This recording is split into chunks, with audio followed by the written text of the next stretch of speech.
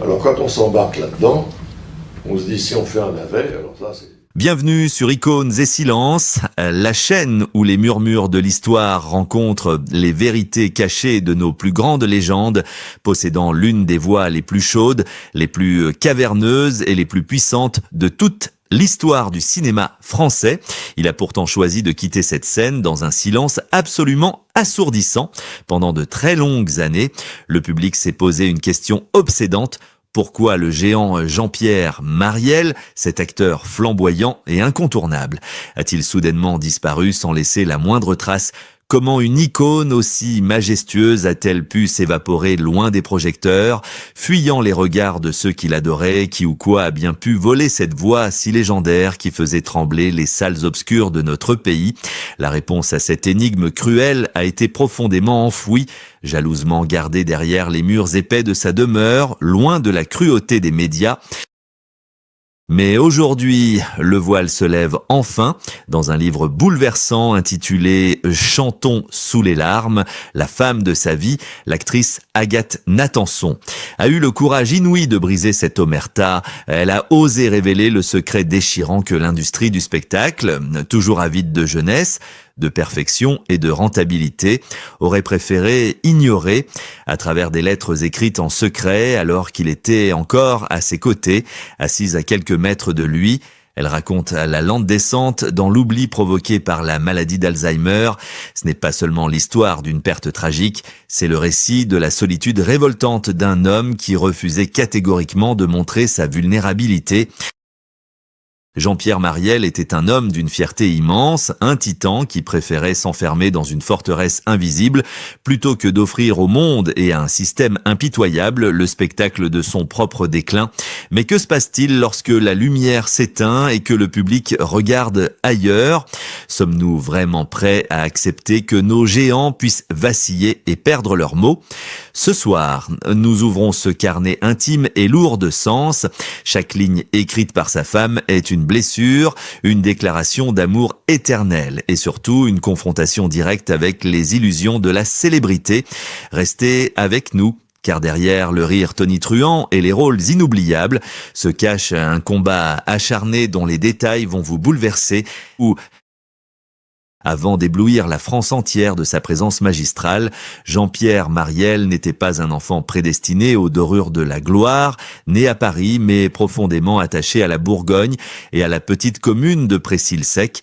Il fut un élève indiscipliné et souvent perdu dans ses rêves. Ses propres parents, désemparés par ses mauvais résultats scolaires, craignaient sérieusement qu'il ne finisse ramasseur de poubelles ou abandonné dans les rues. Mais le destin avait un tout autre plan pour cet adolescent à la carrure imposante. La véritable révélation survient lorsqu'il pousse les portes du célèbre Conservatoire national supérieur d'art dramatique. C'est là, dans cette pépinière de talents exceptionnels, qu'il forme une fraternité légendaire connue sous le nom de la Bande du Conservatoire, aux deux côtés de ses amis inséparables comme Jean-Paul Belmondo et Jean Rochefort. Il va littéralement révolutionner le paysage théâtral et cinématographique français d'après-guerre.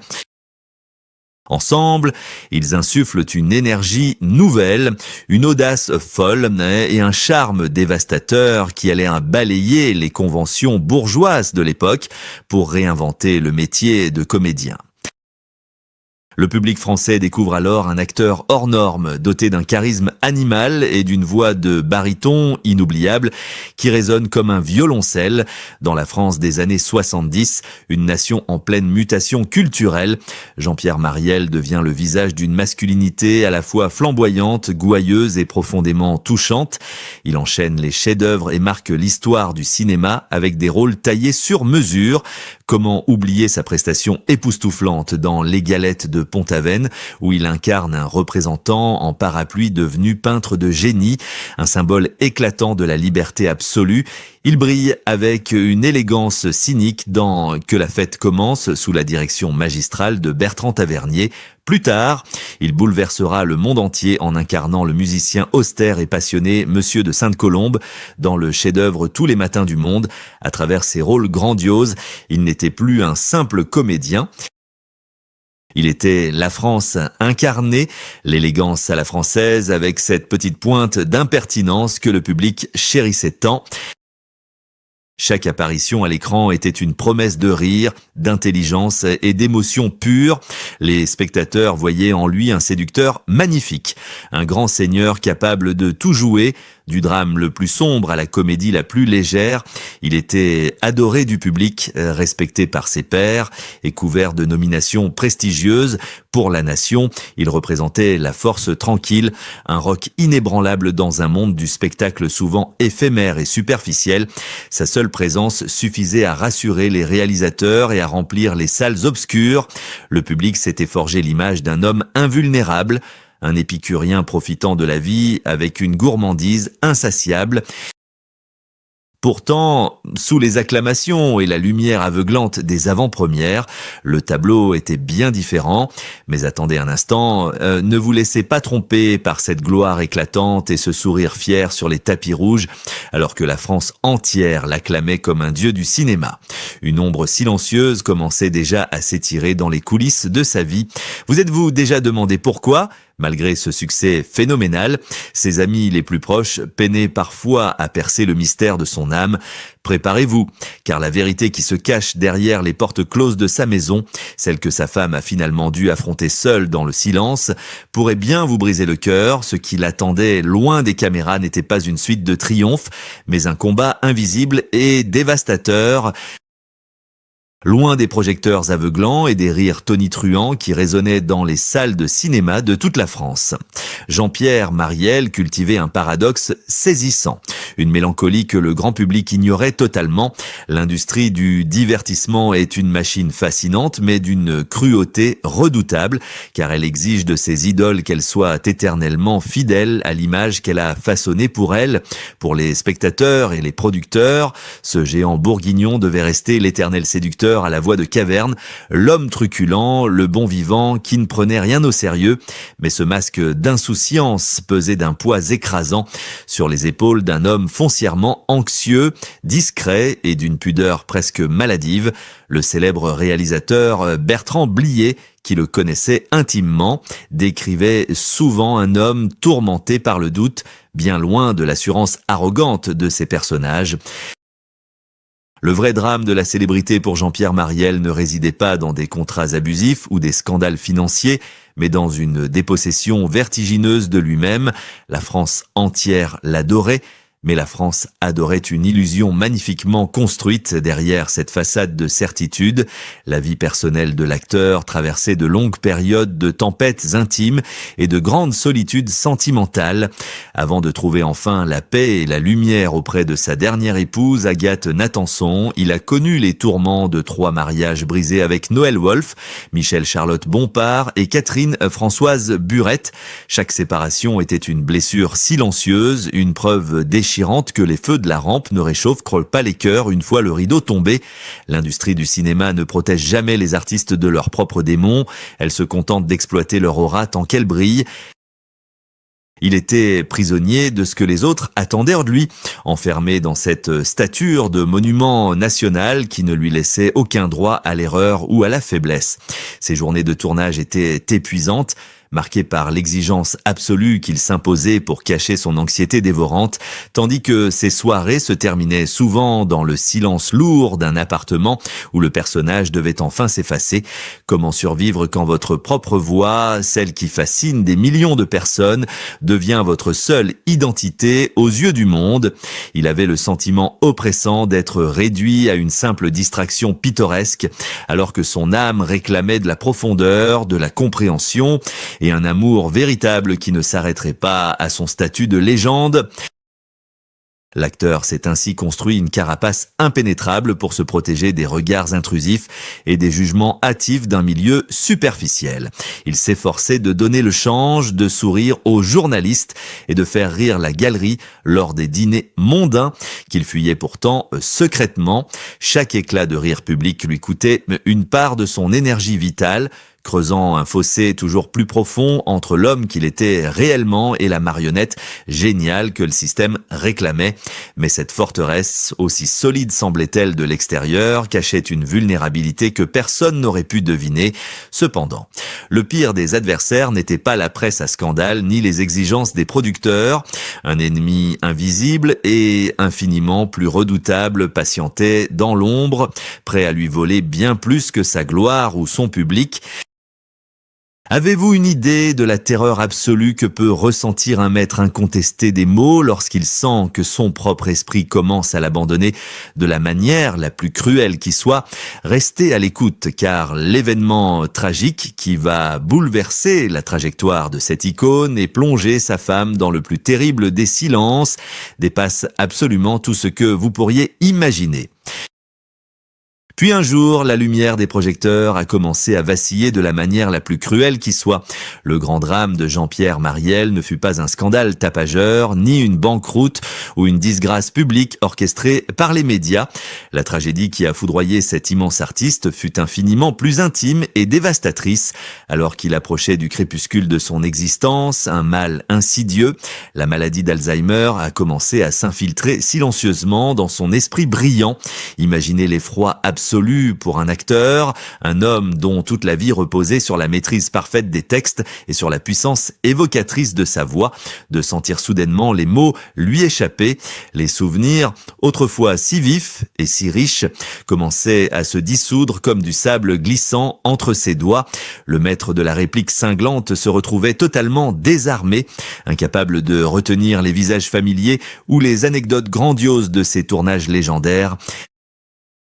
Face à ce naufrage cognitif, la réaction de l'industrie cinématographique fut, comme bien souvent, d'une froideur abyssale. Le monde du spectacle, toujours avide de perfection et de jeunesse insolente, a simplement détourné les yeux, laissant ce géant s'effacer doucement dans les brumes de l'oubli. Mais Jean-Pierre Marielle, armé de son orgueil monumental et de sa dignité inébranlable, a pris une décision radicale. Il a fermement refusé de devenir l'ombre de lui-même sous les flashs impitoyables des paparazzi. Il a choisi de se retirer totalement du monde, de fermer les portes de sa maison à double tour. Avec sa femme Agathe Nathanson, il s'est isolé dans une forteresse de silence, refusant catégoriquement de voir quiconque. Même ses amis les plus fidèles du cinéma, il préférait disparaître mystérieusement plutôt que de susciter la moindre once de pitié dans le regard des autres. Cependant, cet isolement volontaire s'est rapidement transformé en une prison dorée d'une tristesse infinie. Dans les couloirs silencieux de leur demeure, l'homme flamboyant d'autrefois devenait peu à peu un étranger. Son regard, jadis si perçant et pétillant de malice, se perdait désormais dans le vide, cherchant désespérément un ancrage dans une réalité qui s'effritait jour après jour. Il était là physiquement, mais son âme semblait déjà flotter loin des réalités terrestres. Ce silence assourdissant pesait lourdement sur ses épaules et sur celles de son épouse, qui assistait impuissante à la disparition lente de l'homme qu'elle aimait éperdument. Mais alors que les portes restaient hermétiquement closes et que le cinéma l'avait presque oublié, une voix allait finalement s'élever pour briser cette omerta insoutenable. Que contenait exactement ce fameux carnet secret griffonné dans l'ombre par sa femme, et quelle vérité dérangeante allait-elle oser jeter à la face du monde du spectacle? Restez avec nous, car le moment de la révélation est enfin arrivé, et il promet d'être inoubliable. L'histoire aurait pu s'arrêter là, engloutie à jamais dans l'oubli glacial d'une industrie qui passe à autre chose, à la vitesse de la lumière. Après la disparition de Jean-Pierre Marielle à l'âge vénérable de 87 ans, le silence est resté entier, pesant et mystérieux pendant plusieurs années. Mais l'amour véritable possède une force bien supérieure à celle de l'oubli ou des convenances du show business.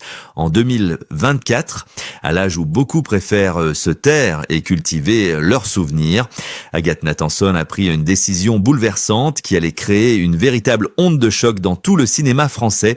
Elle a décidé de briser cette omerta insoutenable en publiant un livre intitulé « Chantons sous les larmes », un recueil de lettres poignantes qu'elle lui écrivait en secret alors qu'il était encore en vie, assis juste à côté d'elle, mais déjà tragiquement absent.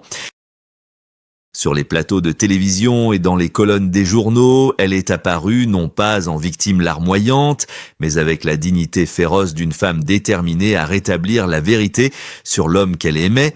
Avec une émotion palpable, elle a dévoilé au grand jour ce fameux carnet intime, révélant la solitude révoltante dans laquelle ils ont été plongés.